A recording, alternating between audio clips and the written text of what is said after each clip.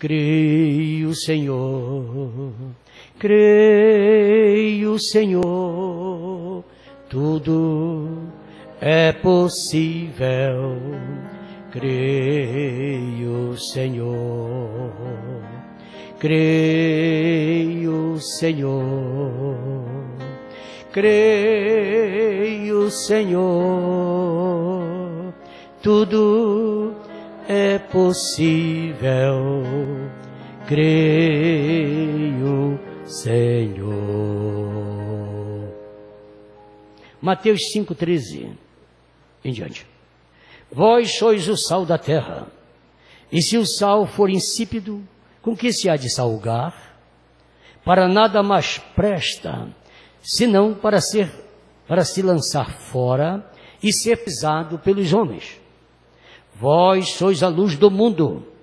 Não se pode esconder uma cidade edificada sobre um monte, e nem se acende a candeia e se coloca debaixo do alqueire, mas no velador, e dá luz a todos que estão na casa. Uníssonos, a uma só voz, bem forte. Assim resplandeça a vossa luz diante dos homens, para que vejam as vossas boas obras e glorifique a vosso Pai que está nos céus. Obrigado, Pai, por esta escritura, por esta manhã de culto, por tudo que o Senhor nos concedeu. Dá-nos agora, nesses minutos finais, um pregador ungido e ouvintes ungidos, em nome do Senhor nosso Deus. Amém. Desse trabalho que está aí, eu tenho um capítulo chamado Torre de Jezabel. E eu queria ler para vocês 4 ou 5 parágrafos desse capítulo, intitulado Torre de Jezabel, do livro intitulado Parênteses, que será lançado em julho, para ser mais preciso. Eu digo que a famosa Jezabel foi introduzida no reino de Israel como o farol de Alexandria. Surgiu no Egito, por isso que eu chamo Torre de Jezabel. Lemos que na ilha de Faro, no Egito, o rei Ptolomeu Filadelfo mandou o engenheiro Antipater de Sidom construir no 3º século depois de Cristo uma majestosa torre de alvíssimo mármore com 135 metros de altura. Em cima, no cimo do monumento, foram instalados potentes faróis que projetavam luz abundante a uma distância de 50 quilômetros, como daqui a Castanhal. Aquela luz era fundamental para orientar os navegantes, pois aquilo era uma rota fundamental de comércio. Esse monumento, dado a sua grandeza, passou a ser conhecido como Farol de Alexandria. De fato, para a época que foi construído, foi considerado uma das 7 maravilhas do mundo. Qualquer pessoa que visse naquela época, vivesse naquela época e contemplasse a solidez daquele monumento, concluiria que estava diante de uma obra de eterna duração. Entretanto, um terremoto em 1302, isto é, 1000 anos depois, aquele farol se manteve ali apenas 1000 anos. Aquele terremoto destruiu a maravilha que parecia desafiar a ação dos séculos. A catástrofe teve como resultado a extinção da luz do farol mais famoso da Terra. Nunca houve antes e jamais depois. Hoje, ninguém mais o menciona. Apenas uns poucos estudiosos conhecem essa história. Quando eu falo isso, quero me referir a vidas a pessoas, a ministros, a eminências. Da mesma forma, o terremoto da fama pode trazer efeitos devastadores a um cristão inspirado por Jezabel, pois esse espírito não poupa o mais sólido ministério e nem respeita aquele que se julga sábio, inatingível e inabalável, interrompendo bruscamente qualquer brilhante carreira ministerial, a exemplo do monumental farol de Alexandria, que não resistiu àquele terremoto do século IV da era cristã. O profeta Ezequiel, no capítulo de número 23 de seu livro, assemelha as irmãs Ó-Alá, que ele menciona, e Ó-Olibá. E ele diz, Ó-Alá é Samaria. E Ezequiel diz, Ó-Olibá é Jerusalém. Ele diz, essas duas irmãs, agora digo eu, a exemplo de Jezabel, pois essas personagens, Ó-Alá e Ó-Olibá, envolveram-se na política, estorvando e interrompendo a luz de Israel. Com esse procedimento, tornaram-se famosas prostitutas desavergonhadas. Vede o que é o espírito de Jezabel quando apanha uma pessoa.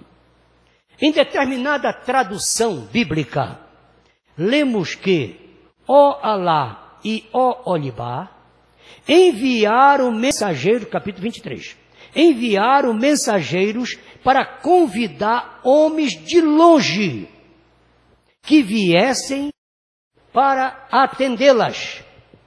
Elas tomaram banho, pintaram os seus olhos e se enfeitaram com joias. Sentaram-se em uma bela cama e tinham uma mesa posta diante delas. Capítulo 23.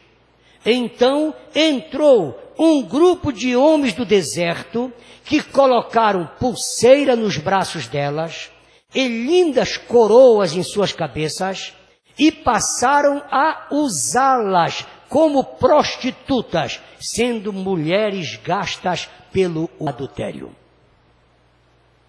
Onde houver uma prostituta Jezabel atuando, haverá um fornicário Acabe em ação.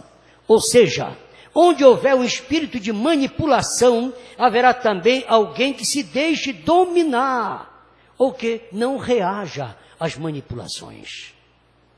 Hoje Jezabel tem o domínio que tem, porque o Acabe de nossos dias se chama igreja. Realmente a falsa igreja não mais incomoda o diabo, nem afasta o mundanismo do seu interior. Tudo aquilo que era proibido a fazer, agora é permitido em nome da modernidade. Pois Acabe representa a falta de reação, o comodismo, o achar tudo normal. Já tem aqueles que dizem, todos fazem. O principal propósito espiritual de Jezabel, além de desestabilizar a igreja e sacrificar os pastores, é tirar as pessoas da devida posição, conforme preceitua a palavra de Deus. Nunca sente aqui na frente. No dia que qualquer irmã sentar aqui, lembre-se, Jezabel vai te pegar. Nunca tente ser músico na igreja. Nunca tente ser um ministro.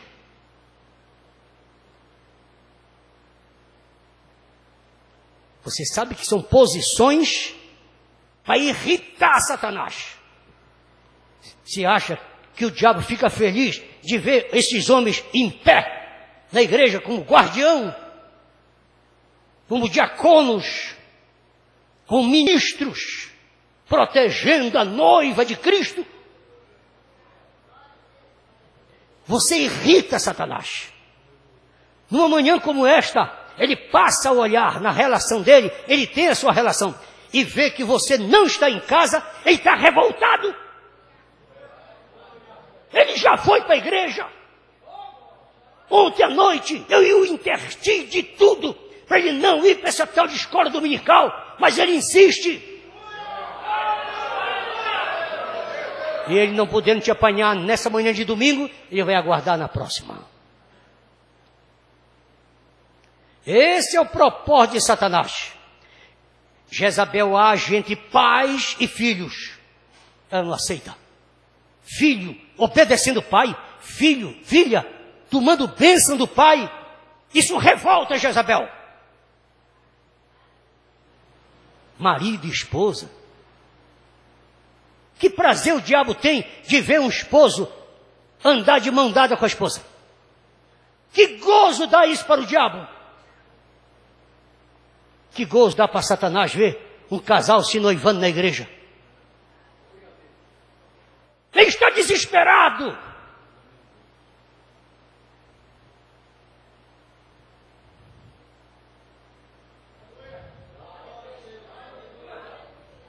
Líderes e liderados, patrões e empregados. Recentemente eu mostrei o texto de 2 Pedro para vocês.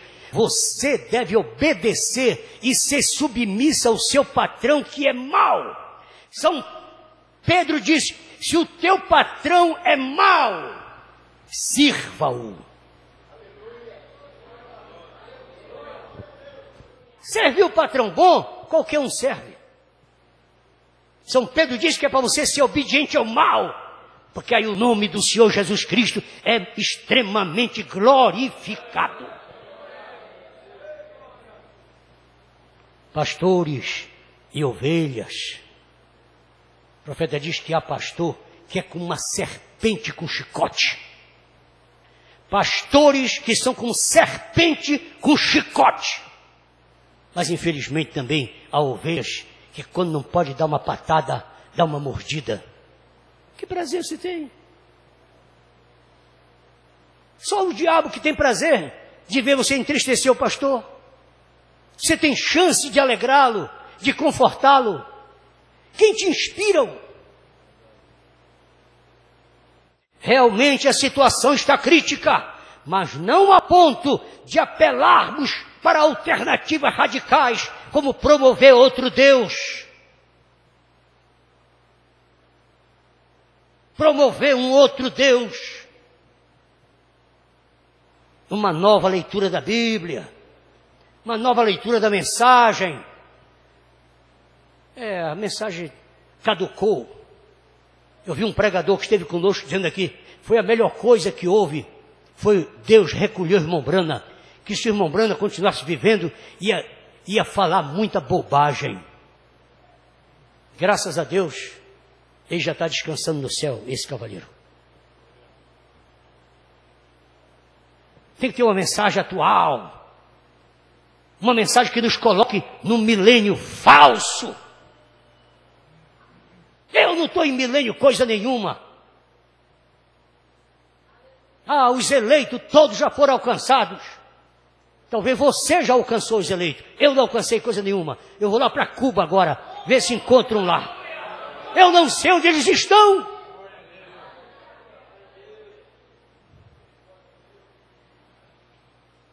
Apelarmos para um novo mensageiro, um 8º mensageiro, já que o irmão Brana não resolveu. Para vir para dizer aquilo que o irmão Brana não disse, para explicar aquilo que o irmão Brana não explicou. Para interpretar o que o irmão Brana não interpretou. Para fazer melhor do que o irmão Brana, não vai fazer, irmão. Como estudioso eu digo a vocês, vocês podem encontrar os melhores pregadores pregando coisas melhores que o irmão Brana pregou. Porque os selos, foi muita gente que pregou. Os selos que o irmão Brana pregou, foi muita gente que pregou. O próprio irmão Brana pregou os selos numa noite só. Os 7 selos. As eras. Por favor. Eu tenho muitas literaturas de pessoas que pregaram as 7 eras que você tem na mão. Eu quero ver alguém pregar as 7 eras com efeito, como o irmão Brana pregou. Quero ver alguém pregar os 7 selos com efeitos, como o irmão Brana pregou. Aqui é que está a diferença. Porque tudo que se fala está aqui. O que é que nós podemos falar fora da Escritura? Todo pregador prega o que está na Escritura. Eu quero ver o efeito. Quero ver a diferença. O resultado.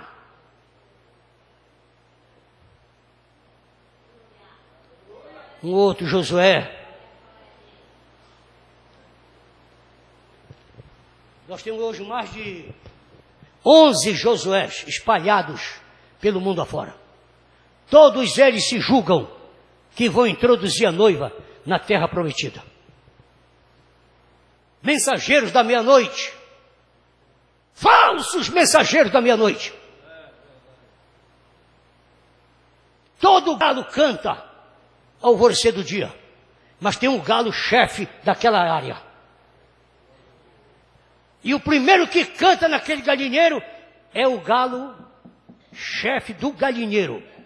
Ele não deixa outro cantar, mas depois que ele canta, até franguinho, todo mundo quer cantar. Depois que o irmão Brana cantou, depois que ele pegou, agora aparece mensageiro para todo lado. Por que vocês não pularam antes? Por que não partiram no arraial e pegaram a espada para enfrentar o Golias? Ninguém encarou o gigante Golias, mas quando o gigante Golias caiu por terra, o exército de Israel partiu para lá. Era mais quem era o vencedor. Quando a onça está morta, aparece até a gente para tirar o couro. Vocês nunca ouviram esturro de onça? Eu nunca vi de leão, mas de onça eu já vi bem perto. Mas a história diz que se um leão ruge a 5 quilômetros, a ovelhinha paralisa. A ovelha não sai mais do lugar. Não tem quem resista o esturro de um leão. Nunca vi. No mato, nunca vi. Agora de onça eu já vi. Eu não sei o que foi que me arrepiou em mim. Mas quando batia com a costa na rede, parecia que era espinho. Quando eu ficava em pé, parece que eu estava pisando em cima de prego. Também não dava para correr, não dava para gritar. Vocês não sabem o que é uma onça gritar perto de você. E você não sabe onde ela está, se vem, se está pertinho, se está 1 quilômetro, está 100.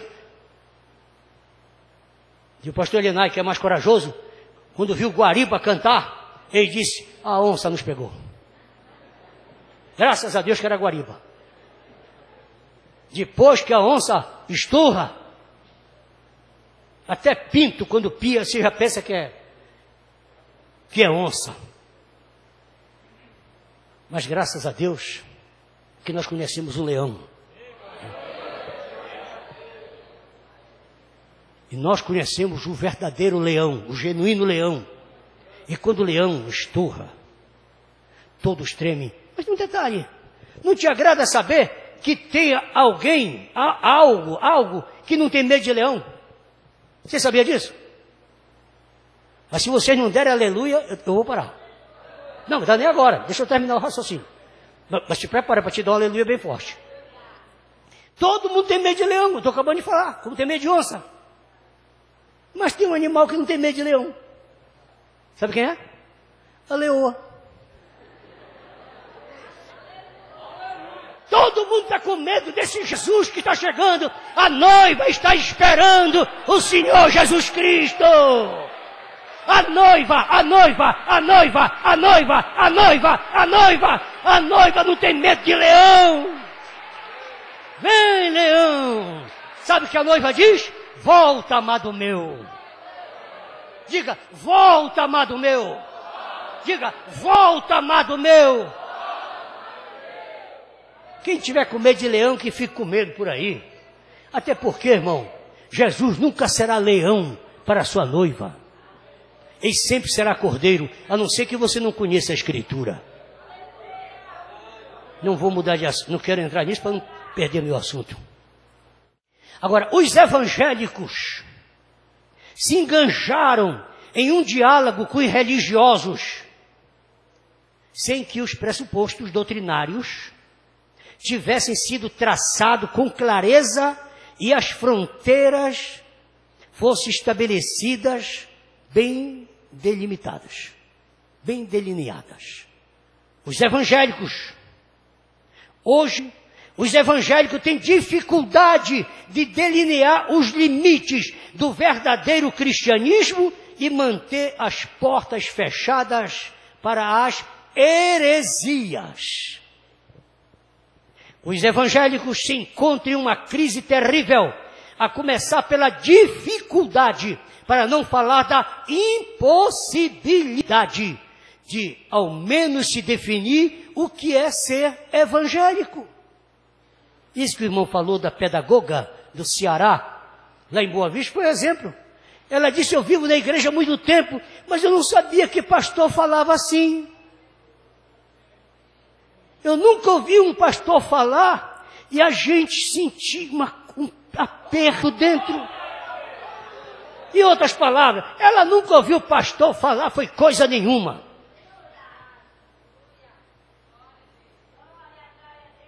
Acabei de pregar ontem, Mombrando dizendo: o que está dentro de você é a fé. E você prega porque tem fé. E a fé que está em você é Deus. E esse Deus que está em você é a sua palavra manifestada. Quando você fala, é Deus que está dentro de você, falando as palavras que Ele quer que você fale. Mas o indivíduo não tem nada, não tem experiência nenhuma evangélica, nunca esteve no altar, não passou pelo Getsemane. Muitos desses espertos por aí, para não chamar de pilantras, eles pulam do palco, onde eram cantores, onde eram roqueiros, ou qualquer outra coisa, e saltam para o púlpito. Nunca se converteram, não tiveram experiência do batismo com o Espírito Santo, não passaram pela via dolorosa, não carregaram a cruz de Cristo, eles não carregaram o vitupério. Saiamos fora do arraial, levando o seu vitupério. Você nunca sofreu por Cristo, nunca foi humilhado, é sempre paparicado, aplaudido. Recebe os mesmos aplausos no meio evangélico, como recebia lá fora, nos palcos, cantando música mundana. Então o que você faz? Em vez de chegar aqui e levar o povo à reflexão, levar o povo a chorar, levar o povo a se ajoelhar, leva o povo para dançar. Eu até te respeito, eu acho que tu estás cumprindo o teu ministério. Cumpre o teu, porque eu vou cumprir o meu. Cada um na vocação para que foi chamado. Se o teu ministério é fazer o povo dançar, vai em frente.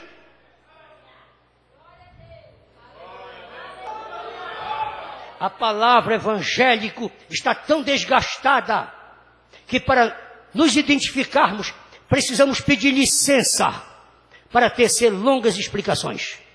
Isto é sinal de que a coisa está realmente feia. Afinal de contas, cristão inclui católicos. Todo católico é cristão, se diz cristão. Cristão inclui os espíritas, porque todo espírita se diz cristão. Realmente a coisa está feia, porque todos estão envolvidos nisso. Todos acham que são evangélicos. É muito amplo. É amplo demais. Hoje são 550 milhões de cristãos no mundo. 550 milhões de cristãos no mundo. Se diz: é muito cristão. Eu dizia: é uma vergonha. É uma tristeza. E quando eu falo de 550 milhões, eu estou falando de todos esses credos. É protestante, é católico, é espírita, é macumbeiro, é feiticeiro, é pajé, é todo mundo. Não estou falando de cristão genuíno, estou falando de cristão generalizado. Enquanto nós somos 3 bilhões e 600 milhões de muçulmanos.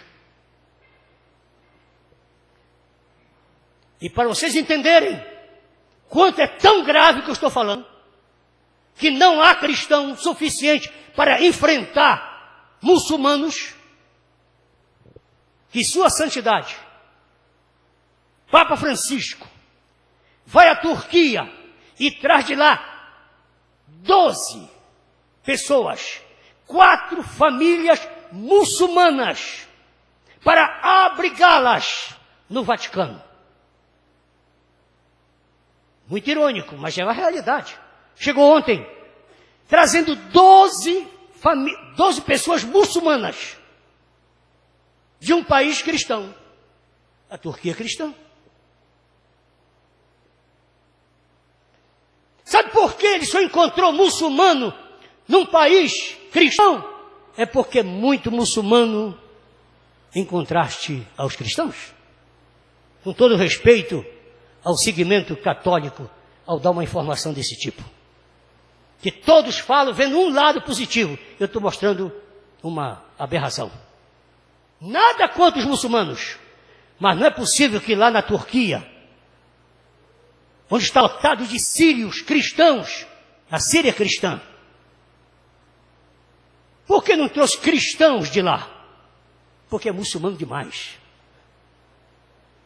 Durante a Páscoa, 6 muçulmanos e 6 cristãos que ele lavou os pés. Não sei como eles aceitaram, os muçulmanos aceitaram, já que eles não usam o termo de Eucaristia, da ceia. Está muito confuso. Parece que todo mundo se sente cristão. Com essa observação, com esse pesar de sermos tão poucos. Mas nós não somos poucos por falta de Cristo. Nós somos poucos por falta de nós mesmos.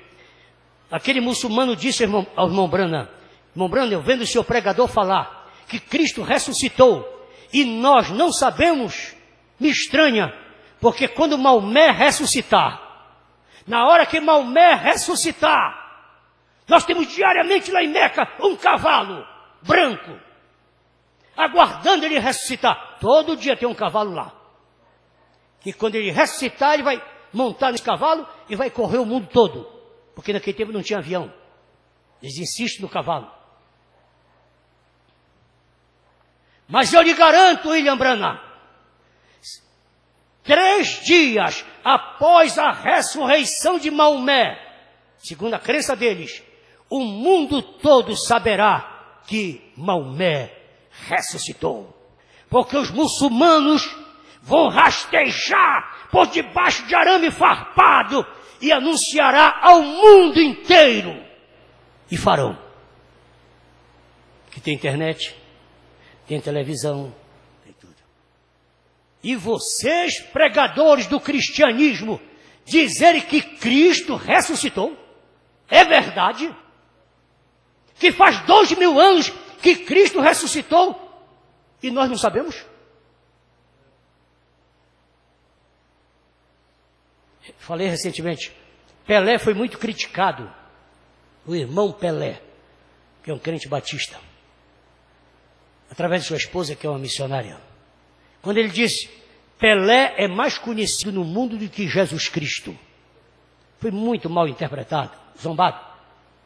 Tentaram envolvê-lo naquela expressão de John Lennon e aqueles outros processos, que disseram que eram mais populares do que Jesus Cristo, e que a única coisa que faltava para eles era fazer uma campanha de cura divina no mundo. Mas isso foi John Lennon e sua equipe, numa oposição ao cristianismo. Não foi isso que Pelé falou. O Pelé disse o que eu digo e você sabe. É que nós temos povos no mundo que não conhecem a história de Jesus.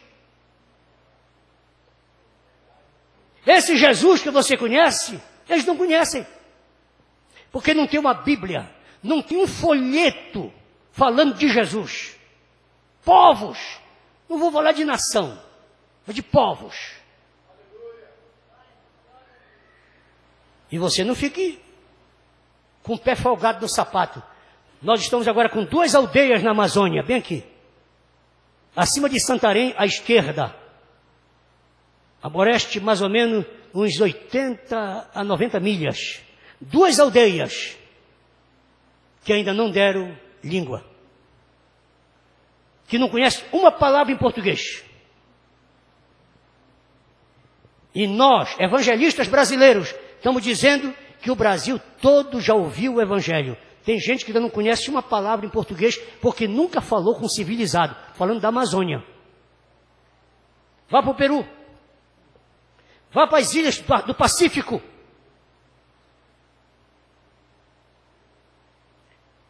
ao Timor-Leste. Vá à China.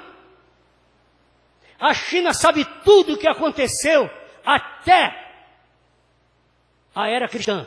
Mas da era cristã para cá, não sabe mais nada. Sabe antes, porque eles viviam lá. 1000 anos antes. A Índia.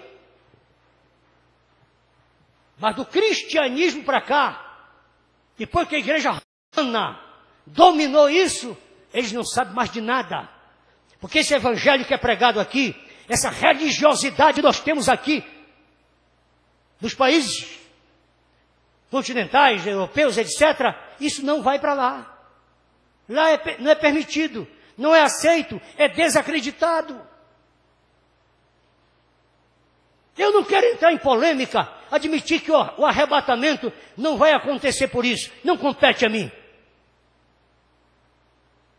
Mas dizer que vocês vão ficar sentados nesta manhã aqui, esperando das 9 horas da manhã, para ser arrebatado, como muitos crentes fanáticos da mensagem de William Branham pregam, isso é tolice, isso não vai acontecer. Para começar, essas portas serão fechadas, a perseguição virá. O Pará, a Amazônia, o Brasil, vai saber que o evangelho é na hora que o chicote começar a romper na costa de crente. É quando não tivermos mais onde se congregar. Está muito fácil, está muito prático. A gente vem à igreja quando quer, assiste o culto quando quer, vive da maneira que quer, crê no que bem entende, ora quando percebe que tem alguma necessidade. Mas deixa a pressão vir. O que é que faz uma mulher rejeitar churrasco, rejeitar sorvete, rejeitar shopping, rejeitar vantagem? É o parto. Quando ela está para dar luz, ela não quer ninguém por perto. Sai todo mundo, não quer roupa. Já vivi isso, permitam-me. Ela tira a roupa, quer ficar exposta, o que ela quer é o filho. Enquanto a igreja não desesperar, não haverá arrebatamento. Deus não pode fazer nada conosco. Nós estamos muito envolvidos com o mundo. Nós estamos muito parecidos com o mundo.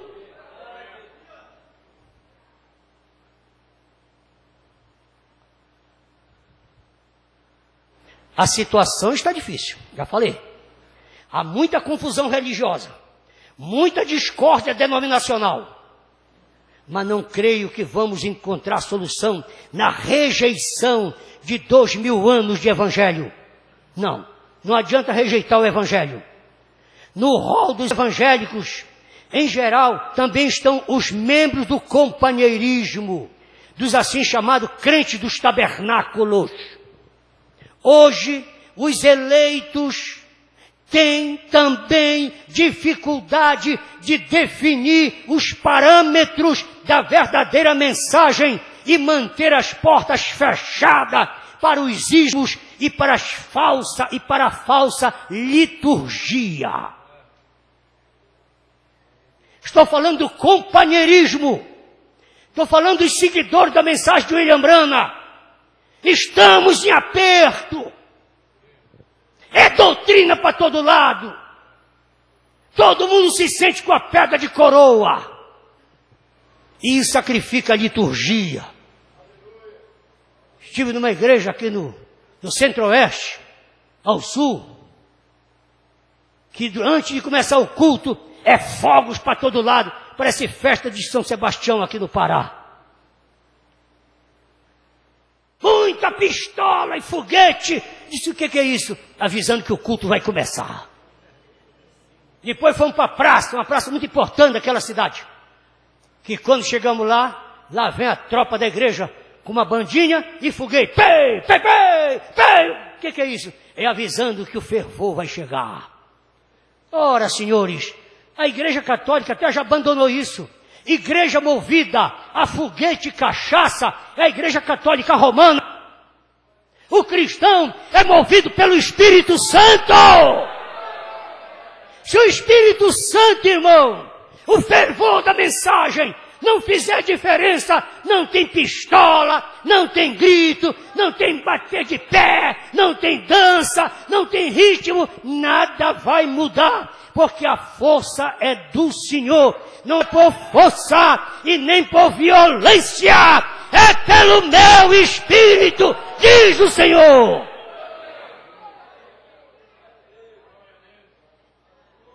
Mas aí está. São tantos ensinamentos. É revelação para todo gosto. É selos, trovões, linhas, etapas. É tanta invenção que já estou inventando tolices, bobagens, heresias que só causam confusão.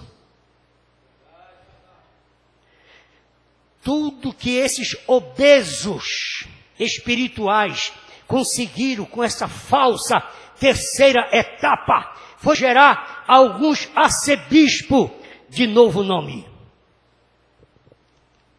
É bispo para cá, arcebispo para cá, apóstolo para ali e nada mais.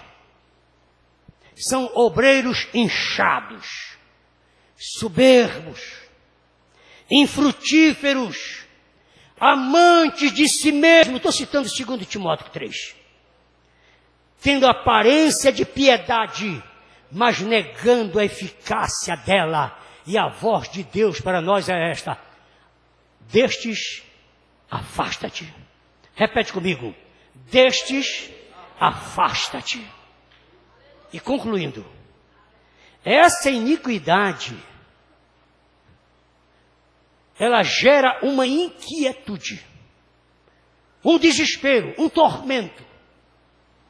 E isso se torna devastador, porque afasta-nos de Deus, afasta-nos do convívio cristão, afasta-nos da harmonia, afasta-nos do companheirismo, e o diabo então apanha a pessoa. Até mesmo as plantas precisam de quietude, precisam de silêncio, para crescerem e para soltarem seus perfumes. Está provado cientificamente que a fotossíntese, processo pelo qual a planta inspira e desprende, depende tanto da luz quanto do silêncio. A quietude é fundamental para tudo.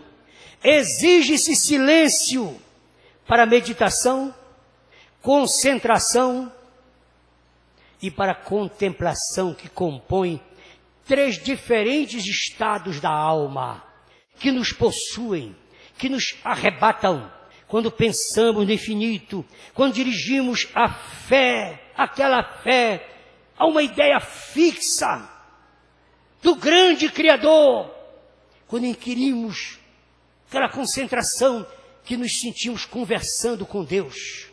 Isso é pessoal, não é a igreja que faz, é uma comunhão sua com Ele. Há 170 anos passados, perguntaram ao pastor inglês George Muller,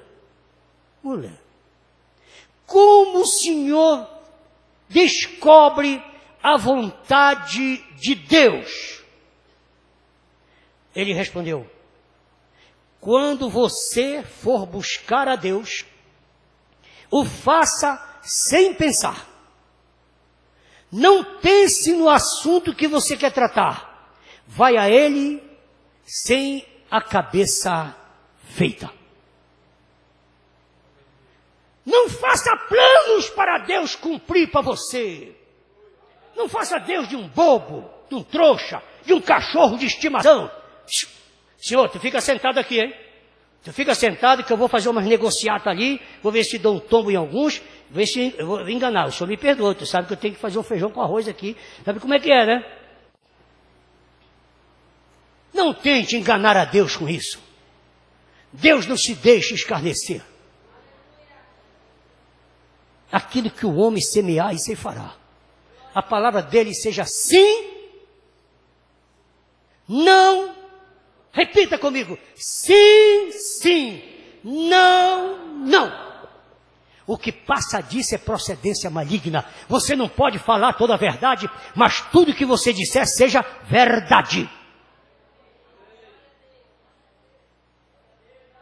Mas você sabe mais alguma coisa? Eu não posso lhe falar. O que eu estou lhe falando é verdade. Não estou mentindo. Isso é a verdade. É claro que muitas vezes você não pode falar toda a verdade, porque a verdade dita seu tempo, que é como maçã de ouro em salva de prata. É a verdade. Mas nunca queira você se escudar numa verdade. As pessoas mais infelizes que há no mundo são aquelas que têm uma verdade.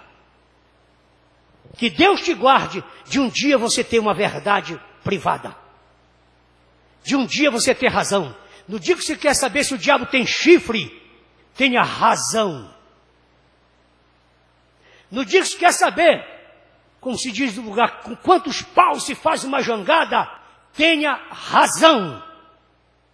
Sabe o que é que leva o indivíduo ao presídio? Razão. Sabe o que leva o indivíduo ao férito? Razão. Sabe o que leva o indivíduo a disparar uma arma? Razão. Sabe o que leva o indivíduo a morrer assassinado? Razão. No dia que tu tiver razão, lembra-te, o teu caminho ficou apertado. A melhor coisa que tem, muitas das vezes, é você estar sendo enxovalhado. É você estar sendo zombado. É a pessoa estar te criticando. Sabe por quê? Você baixa a cabeça aí.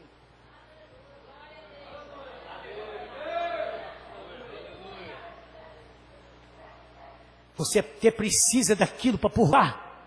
Você sabe que as lágrimas te salvam.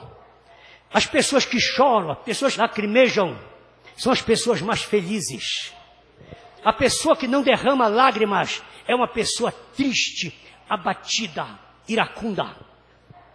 O que faz uma pessoa ser feliz, o que faz uma pessoa ter saúde, o que faz uma pessoa curar o outro com uma palavra, com um olhar, com um aceno, com um apertar de mão, com um abraço, é a quantidade de lágrimas que ele derrama.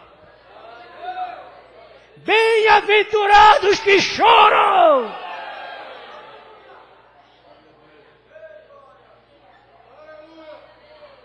Você jamais será consolado. Você jamais será consolada. Você jamais será consolado. Você jamais será consolada. Porque você não chora. Aprenda a chorar no altar. Aprenda a chorar nos pés de Jesus. Aprenda a chorar aos pés do seu Deus. Pare com essa coisa de estar só orando ao Deus da Bíblia. Chorando aos pés do Deus da Bíblia. Do Deus de William Branham, do Deus de Abraão, do Deus de Jacó, do Deus de Isaac, do Deus da mamãe, do Deus de papai. Aprenda a chorar aos pés do teu Deus. Crie comunhão com Deus, que não é necessariamente no altar. Fecha a porta do teu quarto, tranca-te e fale teu pai em secreto. E o teu pai que te ouve, te responderá. O teu marido não sabe, o teu esposo não sabe, os vizinhos não sabem, ninguém sabe. Ninguém sabe o que tu estás passando. Mas tu estás ali, seguro com ele. Não te deixarei enquanto não me abençoares. Você acha que aquele rapaz saiu dali coxando, com a coxa ferida, com olhos enxutos? Filhinha, adolescentes, chora, minha filha. Aprende a chorar nos pés do Senhor logo. Papai sempre dizia isso. Eu não gosto dessas pessoas que ficam dizendo: eu fui à igreja, participei da vigília e fui batizado com o Espírito Santo. Eu nem preciso chorar como a irmã fulana. Papai dizia: não vai. Tem alguma coisa errada. Ele disse: o crente não lava o rosto somente com água da torneira, ele lava o rosto com lágrimas.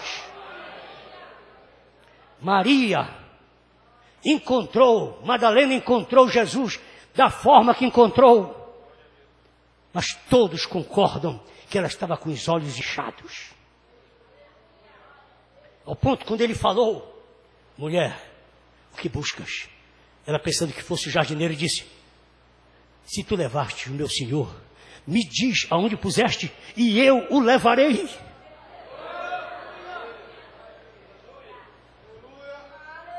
Ela queria o seu Senhor. E quando ela encontrou o seu lenço, se ela fosse uma romana, fosse uma macumbeira, fosse uma feiticeira, ela tinha feito logo um altar com aquele lenço.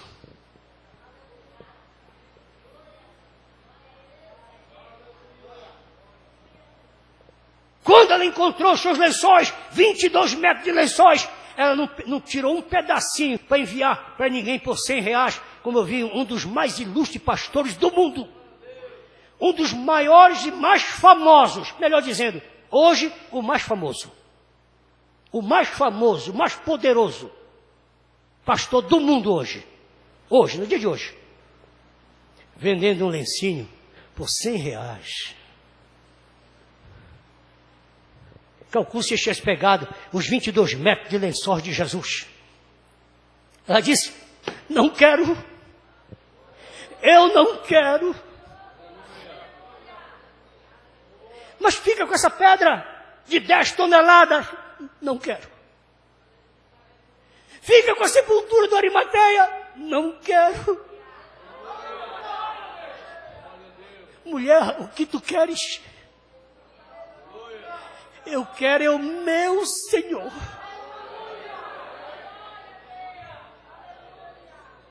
Oxalá que nós partamos para isso. Não nos conformemos com a igreja. Não vamos nos conformar de ir somente à igreja. Prossigamos até Cristo. E a igreja está bem a igreja, mas vamos seguir a Cristo. Este é um bom conselho. E ao encontro do Senhor com a cabeça tranquila. É um bom conselho ainda hoje. Acontece que nós falamos tanto. E muitas das vezes não damos oportunidade para Deus nos falar. Só respondi, mas eu já fiz o que tu pedias. Eu particularmente digo, precisei de muito tempo para entender que a vontade de Deus para conosco não é pedir que Ele aprove a nossa decisão. Precisamos entender que Deus não está aqui para nos fazer satisfeitos e autossuficientes. Não, Ele quer que nós sejamos moldados à sua imagem e à sua semelhança, custe o que custar. Dobra o teu joelho e diz, Senhor, confirma isso na minha alma.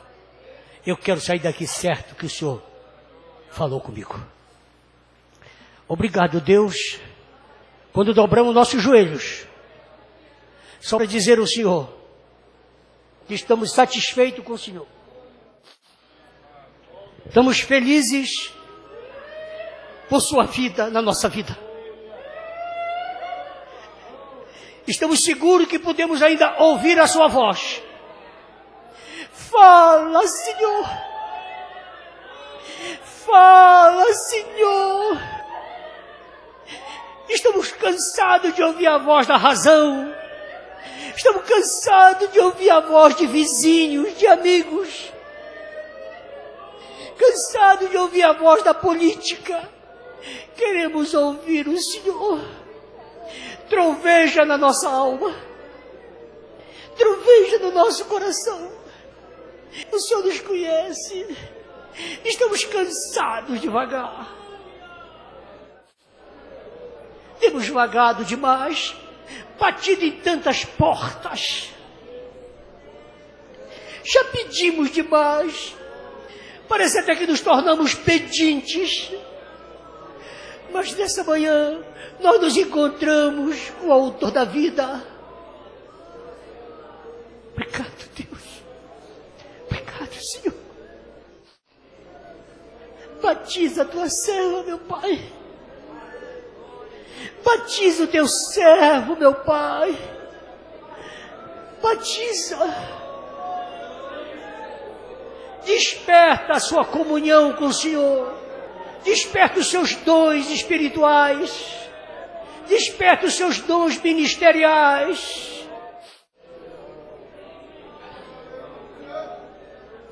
Fala, Deus. Fala, Deus. Toca-me com brasa do altar. Fala, Deus, fala, Deus, sim, alegra-te ao teu mandar. O profeta Deus se aproxima, considera-se mais no fogo santo queimando, torna útil para o Senhor. Fala, Deus, fala, Deus. Levanta a tua voz, meu irmão, cantando, canta em voz alta. Toca-me com braços do altar. Levantai-vos. Fala, Deus, fala, Deus, sim, alegra-te ao teu mandar. Muitos são os que vão expirando, sem ter esperança de ver Deus. Depressa lhes anunciando que Jesus nos leva para os céus. Fala, Deus, fala, Deus, toca-me com braça do altar. Fala, Deus, fala, Deus, sim, alegra-te ao teu mandar. Deus abençoe, amados. Senhor da glória, bendito seja o nome santo do Senhor. Muito obrigado por esse dia especial que o Senhor nos proporcionou, por essa manhã especial em que estamos na Tua presença, por essas coisas tão vitais, tão importantes que temos ouvido. Aqui estamos na Tua presença, Senhor. Aqui estamos como necessitados do Senhor. Aqui estamos, meu Deus, porque há uma fome e sede, há uma necessidade tão grande na nossa vida que nos traz aqui. Mas grande é o Senhor. A Tua superabundante graça tem nos ajudado, tem nos fortalecido, tem nos curado. Oh Deus maravilhoso, aqui estamos, quem sabe alguns de nós chegamos nessa manhã em uma situação tão difícil, quem sabe era a última vez, a última oportunidade, mas que sejam renovados, meu Deus, oh, que seja feita uma nova aliança, oh, que possamos sair daqui nessa manhã, meu Deus, tão reanimados, tão renovados, tão desejosos, meu Deus, de estarmos tão firmes, não importando a situação que esteja diante de nós, porque dificuldades teremos e ainda mais do que já tivemos. Ó Deus, mas nós queremos bater de frente com os problemas, não queremos arrodeio, queremos caminhar, queremos marchar, queremos exaltar o nome do Senhor. Assim ajuda-nos, Senhor. Em nome de Jesus Cristo, que possamos nesta manhã sermos curados, a nosso corpo, a nossa alma, e estimulados, Senhor, em nome de Jesus Cristo. Muito obrigado por todas estas coisas que ouvimos nesta manhã. Agora, meu Deus, despedindo-nos para os nossos lares, que a tua mão se mantenha sobre nós, guiando-nos, protegendo-nos, porque o inimigo desejará fazer alguma coisa para que percamos o nosso culto. Mas em nome de Jesus Cristo, que teu anjo permaneça ao nosso redor, protegendo-nos, dando-nos a proteção necessária, de maneira que possamos chegar aos nossos lares, e aqueles que não puderam chegar até aqui, possam serem beneficiados como nós fomos também. Em nome de Jesus te agradecemos, muito obrigado. Amém. Leva tu contigo o nome de Jesus o Salvador. Este nome dá consolo, seja no lugar que for. Nome bom, doce a fé, a esperança do porvir. Nome bom, doce a fé, a esperança